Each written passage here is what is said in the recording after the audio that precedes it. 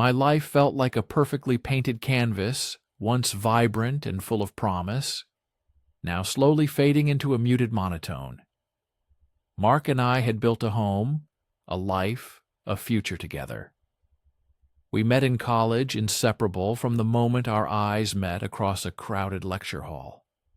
Our love story was the kind people wrote songs about, the kind that made you believe in destiny.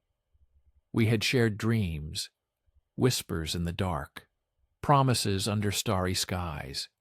We married young, full of an almost reckless optimism, convinced our bond was unbreakable, a fortress against the world. For years it was. But then life happened. The demands of careers, the quiet hum of routine, the subtle shift from passionate lovers to comfortable companions. We still said "I love you." But the words felt lighter, somehow less weighted with the raw emotion they once held. Our conversations became practical: logistics, appointments, bills, the grocery list, the deep, meaningful talks, the shared laughter that made my stomach hurt from joy. Those moments grew rarer, like forgotten treasures buried beneath layers of everyday existence. I started to feel invisible, not ignored exactly, but not truly seen, not in the way I longed to be seen. It was a slow erosion, a quiet gnawing at the edges of my soul. I missed the girl I used to be, the one who laughed freely and believed in endless possibilities. I missed the woman Mark once chased with such ardor. Then Liam walked into my office. He was new to the department, a transfer from a different branch. He had a disarming smile, a quick wit, and eyes that seemed to truly listen. He noticed things. He complimented my ideas in meetings, something Mark rarely did beyond a vague "good job." "Darling," Liam asked about my weekend, my hobbies, my opinions on books I was reading. He remembered details, small, insignificant things that made me feel important. He saw me. He actually saw me. It started innocently enough: lunch breaks, coffee runs after work when we were both staying late. We talked about everything and nothing. The world outside our bubble seemed to fade when we were together. He had a way of making me feel alive again, vibrant and interesting. I felt a flutter in my chest, a spark I had not felt in years. It was exciting, exhilarating, and terrifying, all at once. I told myself it was harmless, a friendship, a professional bond, nothing more. I repeated it like a mantra, trying to convince myself, trying to quell the rising tide of guilt that threatened to engulf me. One evening, we were the last two in the office. A storm raged outside, the rain drumming against the windows, a wild symphony.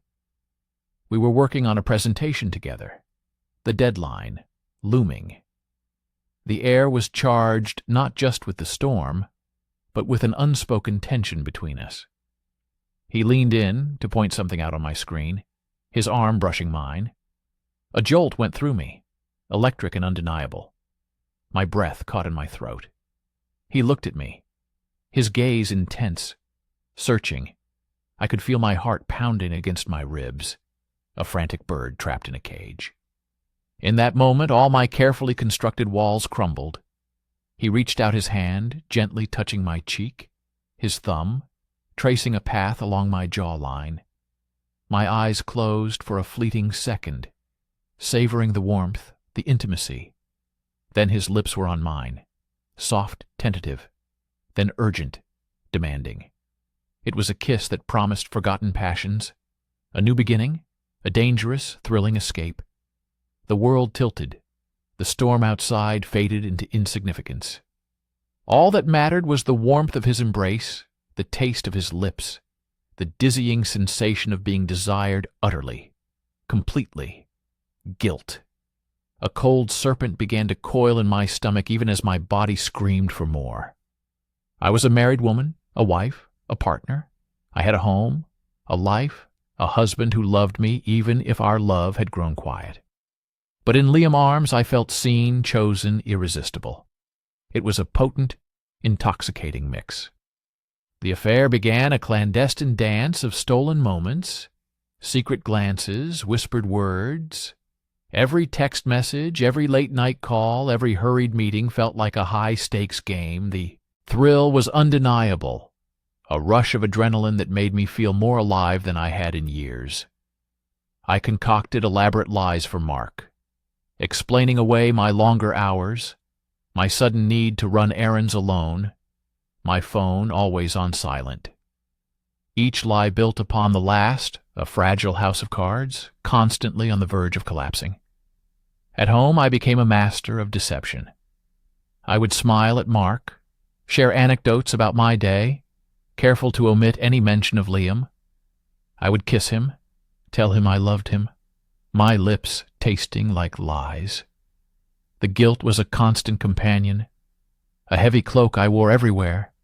Sometimes it was a dull ache, other times a sharp piercing pain that took my breath away. I would look at Mark, his kind, unsuspecting face, and a wave of self-loathing would wash over me. He deserved better. He deserved honesty, loyalty, fidelity. He deserved a wife who truly loved him with an undivided heart. But then Liam would text, and the guilt would recede, replaced by the intoxicating pull of temptation. He made me feel young again, beautiful, desired. He listened to my fears, my frustrations, my unspoken dreams. He made me believe I was still capable of great passion, of grand romance. Was it love, I wondered, or simply the thrill of being wanted again? The ego boost, the escape from the mundane?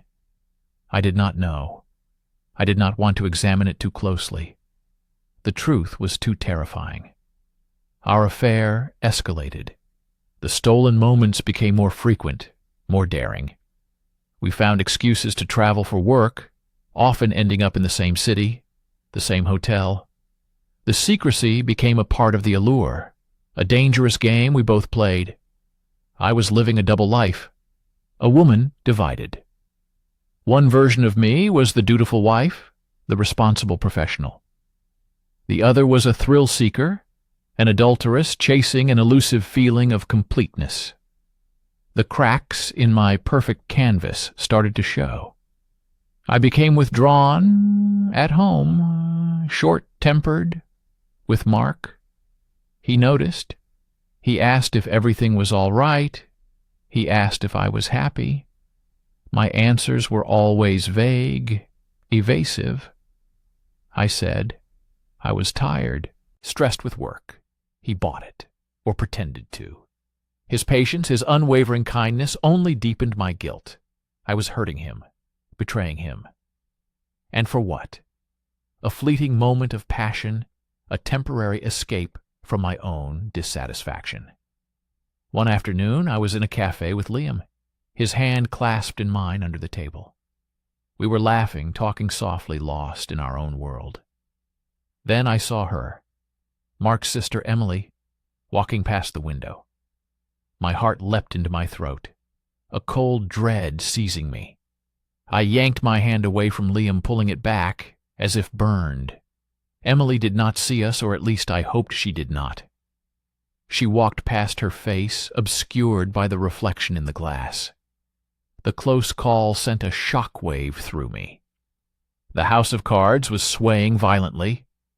One strong gust, and it would all come crashing down. That evening I could barely look Mark in the eye. Emily had sent a casual text asking if I had been in the city center today. I lied, claiming I had worked through lunch. The lie felt heavier, more suffocating than usual. I felt like a stranger in my own home, a ghost haunting the life I had built. The affair was no longer exhilarating. It was exhausting. The constant vigilance, the endless lies, the gnawing fear of discovery had become unbearable. I knew I had to make a choice. I could not continue living this lie. It was destroying me, and it was unfair to Mark. He deserved the truth, or at least a chance to live a life free from my deceit.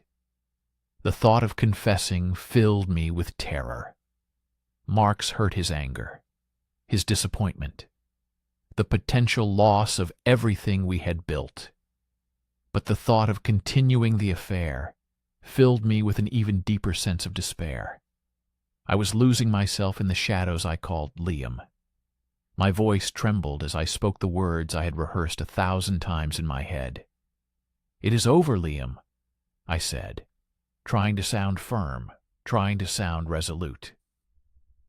There was a pause, a long, agonizing silence on the other end. He tried to convince me to change my mind, to just one more time. He reminded me of the connection we shared, the way we understood each other. My resolve wavered for a moment, but then I pictured Mark's face, his trusting eyes. I remembered the girl who believed in destiny. This was not her. This was not me. I hung up the phone, my hand shaking. A profound sense of emptiness washed over me. The thrill was gone, replaced by a stark reality. The choice was made, but the consequences were still looming. The next step was the hardest. Facing Mark, telling him the truth, breaking his heart. I walked into the living room where Mark was reading. The room felt suddenly too small, too intimate. My hands were clammy, my stomach churning. He looked up at me, a soft smile on his face. He asked if I was okay. I took a deep breath, a single tear escaping my eye, rolling down my cheek.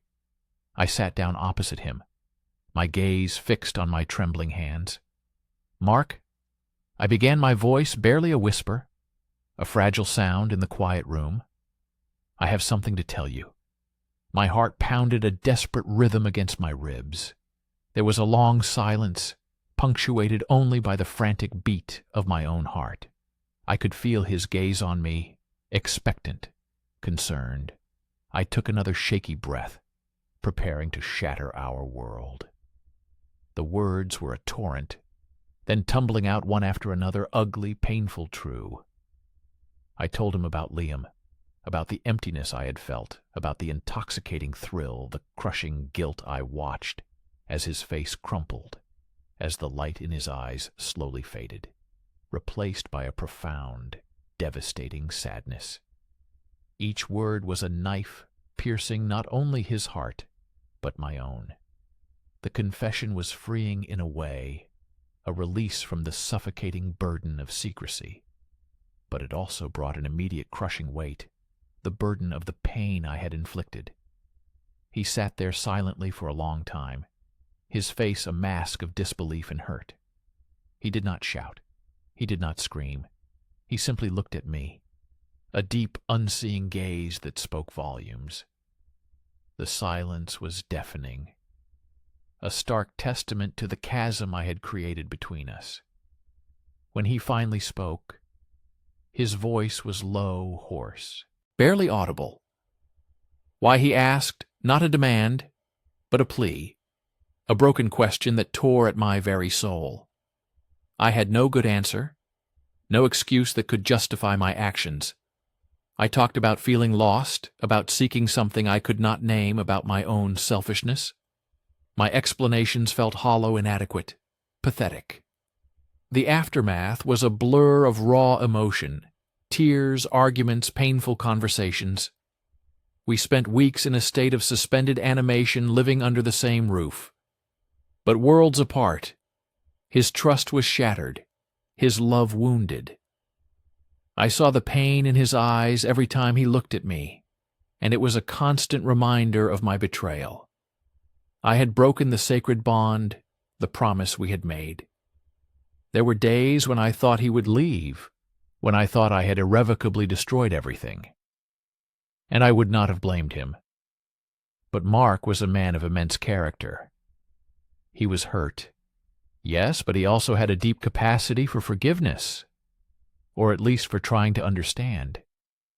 We started therapy, a long, arduous journey into the depths of our relationship. We unpeeled layers of resentment, unspoken needs, and miscommunications. I had to confront my own insecurities, my own dissatisfaction, not just with him, but with myself. I had to understand why I had sought validation outside our marriage, why I had been so willing to risk everything. It was not a quick fix, not an easy path. There were moments of despair when I thought we would never recover, when the weight of my actions felt too heavy to bear. Slowly, painstakingly, we began to rebuild. It was not the same relationship. The innocence was gone, the perfect painted canvas forever altered. There was a scar, a permanent mark left by my choices. But perhaps scars can be a sign of healing, a testament to battles fought and survived. I had to earn his trust. Back one small gesture, one honest conversation at a time. I had to learn to be present, to truly see him again, to appreciate the quiet love that had always been there beneath the surface. I had to forgive myself, to a process that was, perhaps, even harder than seeking his forgiveness. I had to accept that I had made a terrible mistake, a human failing, and that I had to live with the consequences and strive to be better. Our future remained uncertain. There was no guarantee that we would fully heal, that our love would ever fully regain its former strength. But there was hope, a fragile, delicate hope born from the ruins of my betrayal. I learned that love is not just about grand gestures or intoxicating passion. It is about commitment, honesty, resilience, and the painful, messy work of rebuilding when things fall apart. It is about choosing each other every single day, even when the path is difficult. I had strayed from that path, but I was trying with every fiber of my being to find my way back. The journey was far from over, but at least I was walking it with open eyes, no longer hiding in the shadows of my own making. I was facing the truth, facing the pain, and slowly learning what it truly meant to love and be loved.